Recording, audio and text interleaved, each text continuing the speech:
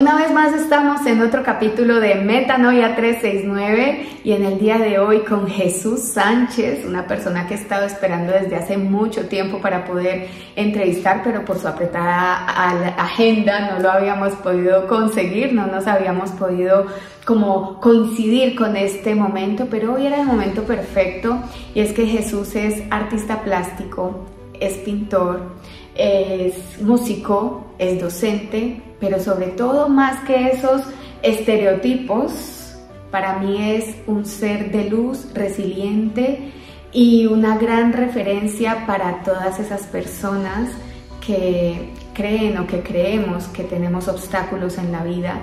Él es ese personaje que viene a mostrarnos, a espejearnos y a decirnos: no hay obstáculos, el obstáculo lo tienes tú en la mente y no has dejado pasar ese propósito aquí al corazón. Y eso es lo que hacemos desde Metanoia 369, enseñarle a las personas cómo pasar de la mente al corazón para hacer sus propósitos y sus sueños una realidad. Bienvenido, Jesús. Gracias a ti, Ángela, y nada, encantado de poder compartir con todos ustedes. Yo creo que el universo siempre está conectando a las personas y el hecho de que estemos hoy aquí pues ha sido no una coincidencia, sino un propósito mayor. Y bueno, yo soy alguien que vivo feliz, que vivo agradecido con la vida.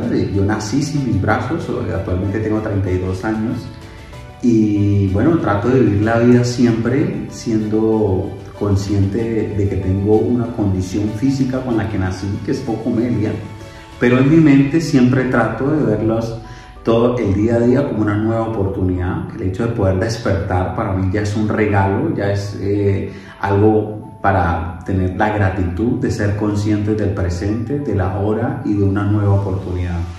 Una nueva oportunidad. Y sobre todo, algo que admiro de ti, Jesús, es que siempre estás como con esa expresión de sonrisa en tu cara. Vivimos en el mundo, o los últimos tiempos son los tiempos del estrés, la enfermedad del siglo pasado y de este, en el mundo de la queja, en el mundo de los 4 paradigmas o 4 cárceles mentales, que es no puedo, no debo, no sé y no tengo. Y tú, Jesús, ole, has vencido esos 4 paradigmas: el no puedo, el no debo, el no sé y el no tengo. Jesús, ¿dónde naciste? Bueno, yo actualmente llevo 4 años viviendo en Madrid. Mis orígenes, pues mis padres son de Colombia, yo soy de Colombia y nací en la frontera de Colombia entre Venezuela y Colombia. Es en una ciudad de 250.000 habitantes que se llama Cúcuta, en norte de Santander. Y pues allí crecí, allí me formé. Yo creo que parte de todo este aprendizaje que he tenido ha sido muy fundamental, esos pilares de mi familia, de mis padres, al siempre motivarme a seguir adelante, a seguir logrando cada sueño, cada meta que me iba proponiendo. Desde esa primera infancia en poder estudiar, ¿sí?, en poder formarme, en poder entrar a una escuela, a un colegio público. Y hoy en día pues puedo decir que soy artista, que vivo del arte, que algo que fue para mí un hobby, del cual empecé en una escuela de artes en Cúcuta, pues me ha permitido viajar por diferentes escenarios, ¿sí?, poder estar en diferentes países latinoamericanos y hoy en día pues viajar por diferentes países europeos, y mostrando de que muchas veces las limitaciones están en nuestra forma de ver la vida, en nuestra forma de pensar.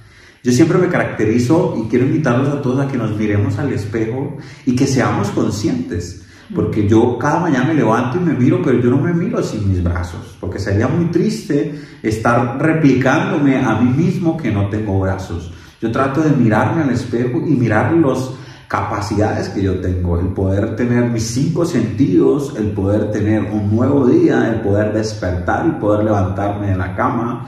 Es el regalo más extraordinario. Y partiendo de la base de esos regalos, de esos triunfos que todos los seres humanos tenemos, partimos a pensar en esa actitud siempre hacia lo positivo, siempre hacia la resiliencia, hacia seguir adelante, sin importar las diferentes situaciones que puedan llegar a nuestra vida. Hay que ser conscientes de que dentro de nosotros hay una fuerza interior que debemos empezar a trabajar e interiorizar a través del autoconocimiento y a través del autorreconocimiento de quiénes somos.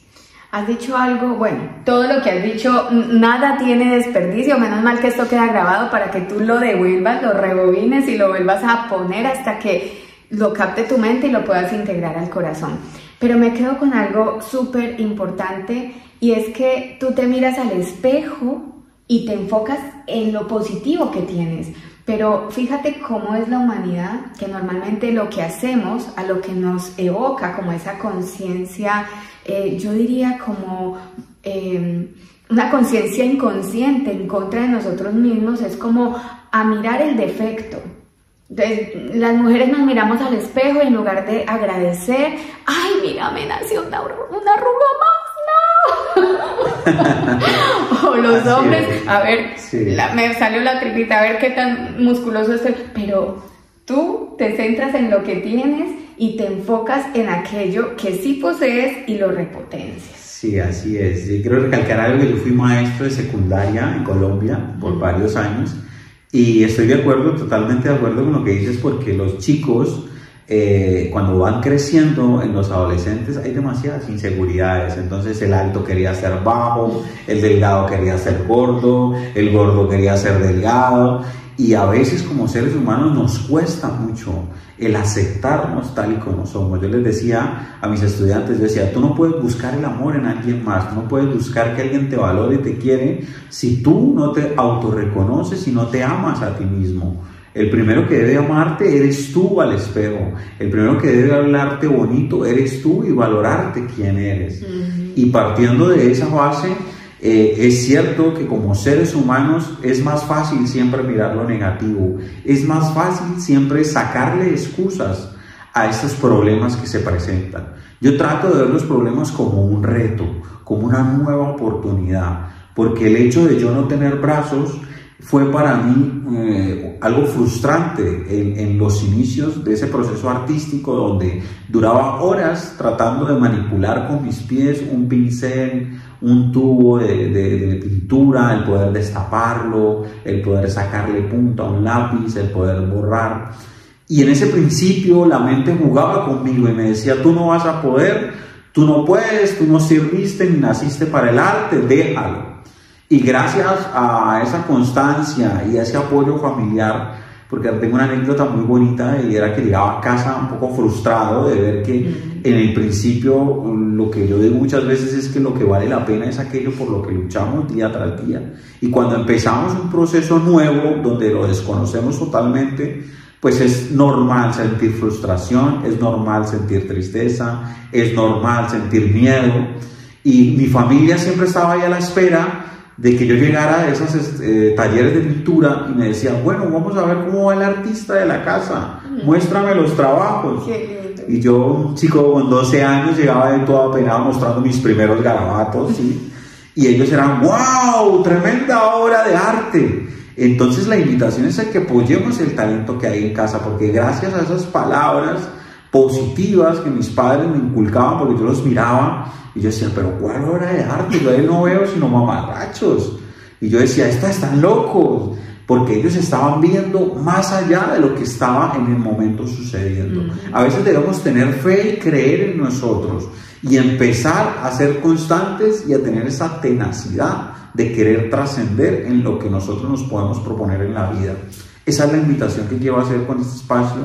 Y bueno, quería compartir esta historia porque para mí el papel de que mi familia creyera en mí antes de que yo pudiera creer en mí fue fundamental para que yo pudiera avanzar y empezarle a agarrar ese amor por lo que empezó en mis principios como un hobby y se fue convirtiendo pues en un estilo de vida hoy en día. El arte, la pintura, las formas, los colores, las texturas, es algo que me apasiona, pero que en su principio tenía un choque mental de ver que no lo podía lograr.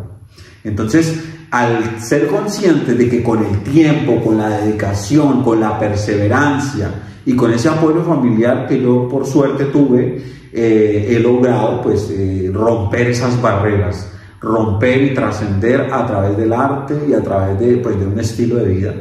Totalmente. Y como el poder de la palabra, y sobre todo de esas personas en las que confiamos, en las que queremos, es tan influyente. Con la palabra puedes o fulminar el destino de un adulto. O sea, si tú desmeritas a un niño diciéndole barbaridades como las que yo por ahí escucho que se le dice a los niños, le puedes fundir su futuro, ¿vale? O si tú realzas esos dones, esos talentos, no se trata de melosería, no, se trata de realzar y ver más allá, ¿no? Como Miguel Ángel que no vio un pedazo de mármol, sino que se vio, ¿verdad? Se vio esa escultura.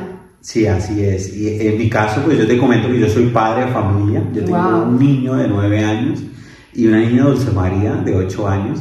Y yo recuerdo que cuando ellos eran más pequeños, yo estaba en Colombia con ellos y yo me sentaba a pintar. Y ellos me veían con 3, 4 años, veían a su papá pintando. Ellos nacieron con todas sus extremidades y ellos se quitaban sus zapatos y agarraban el pincel con los pies sin que yo les dijera y empezaban a manchar. Y yo les decía, pero hijo, ¿por qué lo haces con los pies? Tú tienes tus brazos. Y él me decía, mi hijo me decía, pero papá, si tú lo puedes hacer, yo también lo puedo hacer. Entonces a veces hay que ser conscientes de que nosotros, todos los seres humanos, nacemos sin límites. Y cuando vamos creciendo, nos vamos llenando de unas barreras que se entran a nuestra mente. Yo a veces las llamo basura mental, que son esos miedos que con el tiempo vamos adquiriendo. Pero cuando mis hijos comparten esta evidencia conmigo, yo digo, qué grandioso es el ser humano, al ser consciente de que cuando un niño nace, para él no hay límites, para él las barreras no existen. Y el ejemplo más práctico que podemos dar en casa es a través de un comportamiento, ¿sí? Porque yo no en ningún momento les decía a ellos pinten, sino que ellos viéndome a través del ejemplo, de la muestra, de la acción, fueron comprendiendo todas estas habilidades. Es que es así como los niños aprenden. Podemos echar, lo voy a decir en colombiano, mucha cantaleta, mucho bla bla bla, mucho tilín tilín, pero realmente lo que hace que sucedan esos comportamientos son los modelos que desde casa podemos dar. Y tú has tenido como la fortuna, ¿no?, de tener unos padres que influyeron bien en ti y a su vez ese es el legado que tú le estás dando también a tus hijos. No solo que ellos tengan habilidades diferentes, ¿verdad?, sino que entiendan que podemos ir más allá de esos límites. Así que qué bonito poder contar con eso. ¿Y cómo es que nace Jesús sin brazos? ¿Cómo vive esa historia? ¿Qué hay detrás de esta historia? Porque yo sé que hay muchas personas preguntándose, ay, pero ¿qué le pasó? Porque normalmente se tiende a mirar como con mucha compasión, pero para mí es un gran ejemplo todo lo que tú estás haciendo y todo esto que nos proyectas, y eres una persona que ha venido a deslumbrar con tu luz, a deslumbrar con tu arte, más allá de las limitaciones. Qué lindo eso, muchas gracias. Y bueno, pues todo inició en el año 92, mi madre queda embarazada por segunda vez, era su segundo parto. Ella ya tenía un niño, que es mi hermano, de 5 años, y después de 5 años queda embarazada nuevamente de mí. En ese entonces pues no era tan riguroso este proceso maternal, ¿no?, con las embarazadas. No se le hacía como el seguimiento de hoy en día, ecografía, de un control prenatal como muy detallado. Entonces llegó ella a su sala de parto por segunda vez, que ya era habitual, ya conocía el proceso, y en ese momento pues empezó el proceso de parto. Y el médico, pues al verme sorprendido, lo que hace es sacarme un poco de ese escenario mientras puede contarle a esa madre lo que estaba sucediendo. Entonces para ella fue un poco complejo el poder asimilar esta noticia de que a su vida llegaba un hijo sin brazos. Wow. La condición se llama focomelia. Entonces desde un proceso donde intervienen psicólogos, enfermeros, los doctores, porque era el primer caso inusual en el hospital central de la ciudad, donde estaba sucediendo pues esta situación, el poder tener como este conducto de darle la noticia, de saber qué hacer y cómo hacerlo. Y bueno, yo creo que el núcleo familiar, mis abuelos, mis tías, mis primos, siempre que he sido rodeado de ese entorno que siempre me estimuló. En mi caso en ningún momento me escondieron, en ningún momento me cohibieron, porque empecé a desarrollar la vida de bebé, de niño. Yo, una de las limitaciones fuertes que tuve era que no podía caminar. a la edad normal de cualquier niño, porque no tenía los brazos y el proceso que se hace es poder gatear. Entonces, como no pude gatear, me costaba un poco más el empezar a desarrollar ese equilibrio por no tener los brazos. Siempre trataba de tropezarme, de caerme, de golpearme, y esto me conllevó a estar seguidamente y siendo recurrente en el centro de salud por suturas, por aberturas en mi parte de la cabeza. Tengo muchas cicatrices. O sea que a ti te sale, voy a ser un poco pereirana, aprendiste a los golpes. Sí, yo en mis charlas, en mis conferencias, en los colegios, digo que yo literal le daba al mundo con la cabeza. Literal, sí. Me di cuenta que la vida no era fácil. Seguro de ahí nació esa frase. Sí, literal yo les digo, bueno, la vida no es fácil, para nadie la vida es fácil, pero tenemos que empezar a hacerla fácil desde nuestra propia mirada. En mi caso, mi madre en ningún momento me decía, no puede, no, siga intentándolo, usted tiene que intentarlo. A tu madre hay que entrevistarla, es una gran maestra, una gran coach. Y en ese momento recuerdo una anécdota en el centro de salud que le llaman la atención y le dicen, señora, usted descuida mucho a su hijo, usted no lo quiere, mira cómo está. Entonces las palabras de ella marcaron un poco mi infancia, porque ella le dice, yo no quiero que mi hijo sea un inútil para toda la vida. Yo quiero que mi hijo sea independiente y que el día que yo no esté, él se pueda valer por sí solo. Qué sabia se me pone la Y entonces cuando yo escucho estas palabras de mi madre, digo, mi madre me deja porque ella sabe que yo puedo. Entonces el ser valiente, porque ella pues no estaba preparada para esto, mucha gente no está preparada para lo que nos pueda suceder. Pero la manera de ella era siempre de tratar de apoyarme y de ayudarme en todo. Una de las situaciones complejas fue entrar a un jardín escolar, porque en esa época la inclusión no estaba tan visibilizada como hoy en día. Entonces siempre que tocaba la puerta, mira, yo quiero que mi hijo estudie, le decían, no, es que su hijo es un riesgo, se puede caer, se puede golpear, no tenemos cómo enseñarle a su hijo, no tenemos la metodología para enseñarle. Y se iba a otra escuela y le decían lo mismo, hasta que por allá en una escuelita muy pequeña unos maestros se atrevieron a recibirme, bueno, tráigalo. Y allí me adaptaron un pupitre para escribir con los pies, me adaptaron pues las tareas que podía hacer. De cierta manera iban adaptando toda la situación que se podía presentar a mi condición. Pero en ese momento era complejo poder ingresar a una escuela educativa pública normal, porque había de cierta manera una mirada perceptiva y prejuicios sobre las personas en condición de discapacidad. Entonces cuando empecé a estudiar y a ver que el mundo era diferente, cuando veo que los niños tienen brazos y yo no, empiezo a comprender de que yo era diferente. Y allí, cuando veo que yo era diferente, empiezo a comprender más adelante de que nadie era igual a otro, de que en esta vida todos somos diferentes. De que no hay nadie repetido e igual que otro. Entonces hay que ser conscientes de que en esa parte de ser diferentes está el secreto de vivir la vida, porque todos tenemos emociones diferentes, gustos diferentes, y es allí donde está la diversidad, es allí donde está el gusto por el compartir y el ser empático con los demás. En mi caso, valoro mucho este proceso infantil, educativo, porque fueron mis maestros los que me llenaron de seguridad, los que me dieron ese apoyo. Recuerdo que un día estaba en una clase de deportes con mi maestro de deportes y me dejaba jugar fútbol. Y en mi casa no me dejaban correr porque me podía caer. Y el profe me pone a jugar con la pelota, y yo feliz con la pelota, jugando.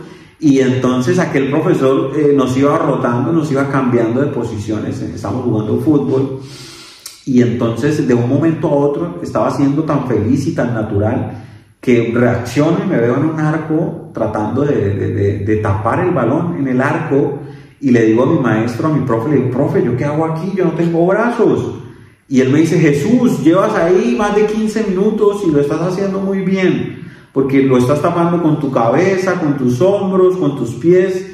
Y decía, y de esta manera tienes que vivir la vida, con lo que tú tienes, Jesús. Wow. No puedes empezar a sacarle excusas a la vida y empezar a decir que porque no tienes brazos no puedes hacerlo. Y las palabras de ese maestro marcaron mi vida. El ser consciente de que, yo tengo que empezar a intentar vivir la vida con lo que yo tengo. Y esa es la invitación que quiero hacer en este espacio, a que reflexionemos de qué manera estamos tomando nuestro día a día. Estamos tomándolo siendo conscientes de lo que tengo, de lo que soy, de lo que he logrado, porque todos tenemos algunos triunfos y tenemos algunas facilidades para algo. Y empezar a descubrir el objetivo de nuestra vida requiere de que cada día empecemos a tener ese gusto por ser conscientes de lo que somos y de lo que queremos en la vida. Qué bonito, tener esa conciencia de lo que somos y de lo que queremos, porque normalmente esa ley del orden, tú estás ahora hablando de ley del orden, ser, hacer para tener. Esa ley del orden suele estar como al revés, como patas arriba, construimos la casa por el tejado. Entonces a uno antiguamente le decían como, estudie para que sea alguien en la vida. Entonces no eres nadie si primero eres.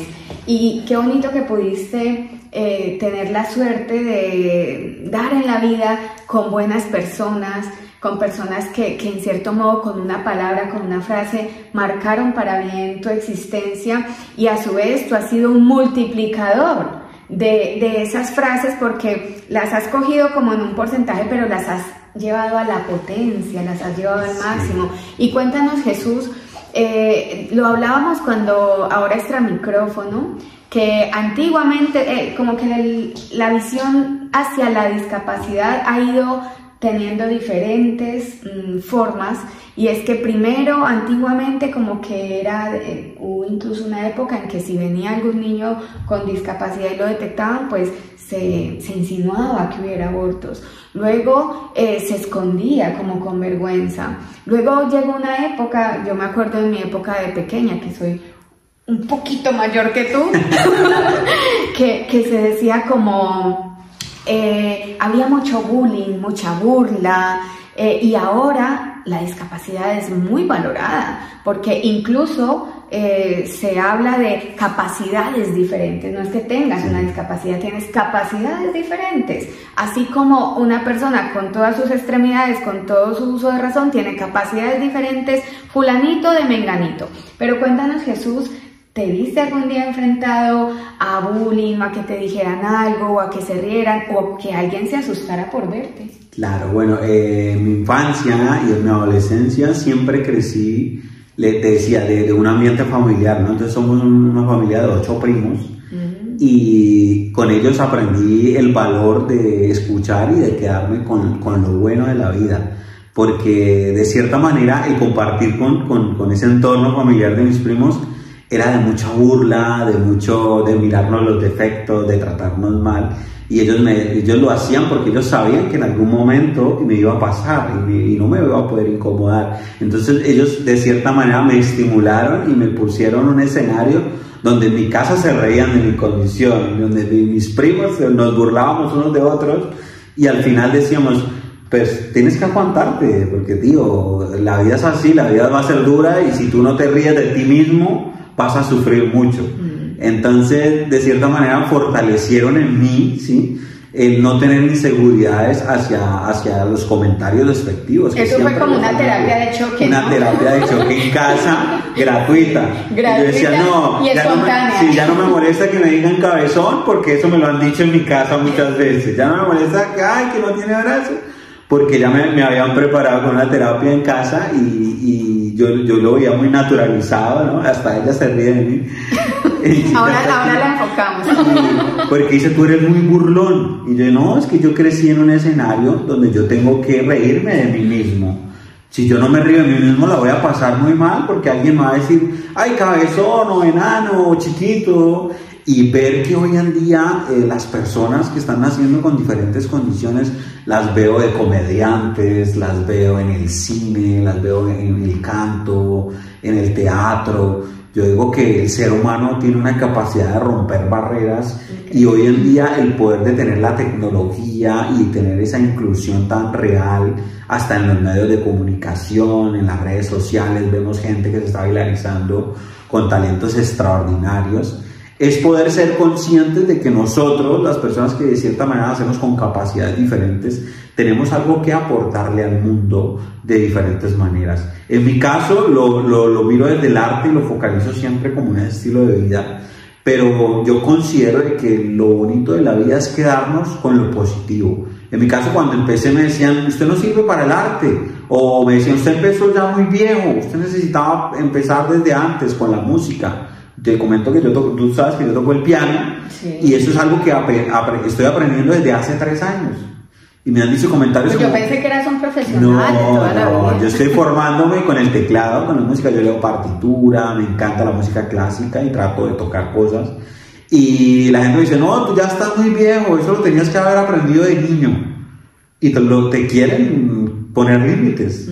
A veces estamos en entornos muy tóxicos y personas espontáneas lo dicen sin saber el poder de esas palabras, pero siendo consciente de que yo debo mirar lo positivo, de que debo mirar y quedarme con lo bonito que la vida me puede dar, pues también soy consciente de que las palabras se las lleva el viento y de que si yo no permito que esas palabras trasciendan, pues se van a quedar en el olvido y se van a quedar en ese espacio. Entonces siempre trato de ser consciente de quedarme con lo bonito y con lo positivo.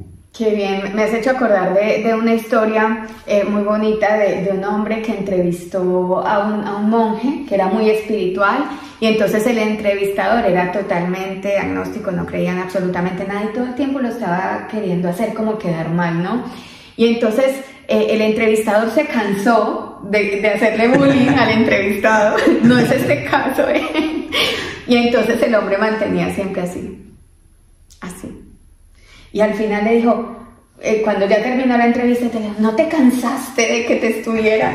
¿Cómo haces para resistir tanto? Y él le dijo, porque tú me has dado un regalo y yo no te lo he recibido, el regalo es tuyo. Claro. O sea, qué bonito poder entender que si a mí me viene una palabra, yo tengo el poder de elegir si la recibo o no la recibo. Claro. Y qué bonito ese entrenamiento de vida que has tenido, y esto es toda una materia por expandirle a la humanidad. Es algo experimental, ¿no? Porque son vivencias que he compartido, que me han permitido crecer y que siempre, pues yo creo que Dios también te envía a las personas indicadas y cualificadas para poder trascender. Algo que me caracteriza y que siempre hago hincapié es en que todos tenemos un propósito en la vida. Y es muy importante empezar a descubrir desde una edad muy temprana cuál es nuestro propósito. Sí, hay personas que se nos facilitan la matemática, los números, a otras personas se les facilitan los idiomas, los lenguajes. En mi caso se me facilita el arte, la creatividad, la pintura, la música. Pero el empezar a descubrir cuál es nuestro propósito en la vida, yo creo que es uno de los objetivos más grandes que debemos empezar a darle importancia en el día a día. Porque es allí donde podemos empezar a trabajar en nosotros mismos, a tener este crecimiento personal día tras día. Y me haces a traer aquí a mente el libro de Víctor Frank que dice El hombre en busca de sentido. Este doctor que estuvo en los campos de concentración y que en medio de estar en esa barbarie de los campos de concentración hace su estudio, ¿verdad? Y se da cuenta que la mayoría de personas que sobrevivían era porque tenían un sentido de la vida, porque tienen un propósito en la vida, porque tenemos una motivación, y la palabra lo dice, un motivo para la acción. Así que si tú tienes un propósito en la vida, una motivación, todos los días, llueva, truene o relampaguee, vas a tener deseos de levantarte, de comer el mundo y de tener esa sonrisa como la que tiene Jesús hoy en día. Así es, Ángela. Yo creo que el ser humano tiene unas capacidades extraordinarias. En general, pues la vida a veces siempre nos va a llevar a situaciones, a salir de esa zona de confort. En mi caso, muchas veces he tenido que salir de esa zona de confort. El ser migrante y llegar a España hace 4 años para mí era salir de la zona de confort, era un lugar desconocido. El empezar a mostrar mi trabajo artístico en otro continente, en otro país, en otra cultura. Y el ver y el autorreconocerme y el tener esa seguridad de que yo soy un artista, de que yo lo puedo lograr, de que a través de esa constancia, de tener esa capacidad de fortaleza, empezar a lograr y abrir esas puertas y esos escenarios donde pues he podido estar aquí en España, en Portugal, en Francia, en Italia, pues me hace ver a mí mismo que cuando nosotros nos proponemos algo en la vida tenemos que empezar a tomar acción día tras día, a creer en ese propósito, a darlo todo en ese propósito. Yo en Colombia era maestro de secundaria, yo trabajaba para el magisterio, tenía un título oficial ya, y yo decidí dejarlo. Mi familia me criticó mucho porque decía, tú ahí te puedes jubilar, puedes tener tu casa, tu carro, te pensionas y ya. Y yo decía, no, la vida tiene algo más para mí. Yo no me veo 20 años en una aula encerrado. Yo siento que el mundo es muy grande. Y empecé a tomar esas decisiones de dejar atrás, porque cuando nosotros nos dejamos de las cosas que quizás nos anclan, otras puertas se nos abren. Es normal sentir diferentes miedos en la vida. Yo creo que como seres humanos, el ser humano nos permite tener diferentes emociones, y una de esas emociones que a veces nos hace sentir situaciones complejas es el miedo. Pero la invitación es a que miremos ese miedo de una manera canalitativa, donde nosotros nos autorreconocemos y dejamos dejar ese pensamiento. Llega el pensamiento del miedo, lo asimilamos, lo reconocemos y lo dejamos ir. La invitación es ser conscientes de que no podemos dejar pasar emociones, y una de ellas es el miedo, como la felicidad, como la paz, como la tranquilidad. Pues el miedo hace parte de ese momento de seguir viviendo, porque nos ayuda a seguir adelante y a poder trascender de acuerdo a la situación que se nos presente en la vida. Así que quiero hacer la invitación ya para ir cerrando a que reflexionemos de cuáles son nuestros temores, de cuáles son nuestros miedos, y empecemos a fortalecer esas falencias que tenemos en la vida. Sí, algo que me ha sido muy útil para mí es el poder aceptarme como soy, el poder ser feliz, el ser consciente de que la felicidad no está en el entorno ni en los demás, que la felicidad no depende de lo material ni de lo que yo tengo, sino que la felicidad está dentro de mi corazón. La felicidad está en el saber mirar quién soy y cómo soy y dónde estoy. Así que la invitación es a que seamos felices con lo que tenemos ahora en el presente.